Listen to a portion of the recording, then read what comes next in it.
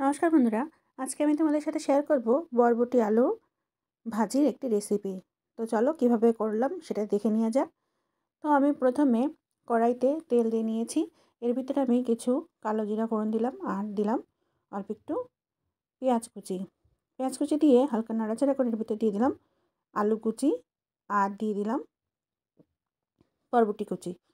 তো বরবটিগুলোকে আমি লম্বা লম্বা করে কেটে নিয়েছিলাম, আলুগুলোকেও সেমভাবে কেটে নিয়েছিলাম। এখন আমি দুটোকে একটু নাড়াচাড়া করে ভাজতে থাকবো। দিয়ে দিলাম স্বাদ অনুযায়ী লবণ, মানে যতটুকু লবণ লাগবে ততটুকু লবণ দিলাম। লবণটা দিয়েও বেশ ভালোভাবে ভাজতে থাকবো, এরকম ক্রমাগত নাড়াচাড়া করতে থাকবো। এই পর্যায়ে দিয়ে দিলাম কাঁচা লঙ্কা কুচি।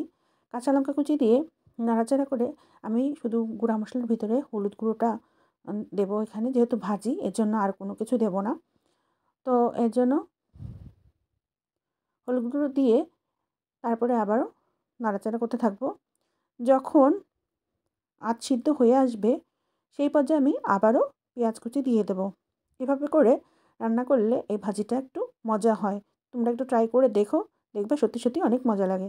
যাই হোক, পেঁয়াজ কুচিটা দিয়ে বেশ ভালোভাবে নাড়াচাড়া করে নিচ্ছি, মানে এই পেঁয়াজগুলোকেও আমি এগুলোর সাথে ভেজে নেব। এর জন্য ক্রমাগত আমি নাড়তে থাকবো। যখন দেখব মোটামুটি ভাজাটা আমার হয়ে গেছে, তখন নামানোর আগ দিয়ে আমি এরকম ধনিয়া পাতা কুচি দিয়ে দেবো। ধনিয়া পাতা কুচি দিয়েও আবার বেশ ভালোভাবে নাড়াচাড়া করে নেব, মানে ভাজিটার সাথে ধনিয়া পাতা কুচিটাকে আমি অ্যাড করে নেব। তো মোটামুটি এটা হয়ে গিয়েছে, এখন নামিয়ে পরিবেশন করব। এই ভাজিটা ভাত বা রুটি সব কিছুর সাথে খুব ভালোভাবে যায়। তো এটাই ছিল আজকে তোমাদের সাথে শেয়ার করার আমার রেসিপি। আমার ভিডিওগুলো ভালো লাগলে অনুরোধ রইল আমার চ্যানেলটিকে সাবস্ক্রাইব করে আমার পাশে থাকার জন্য।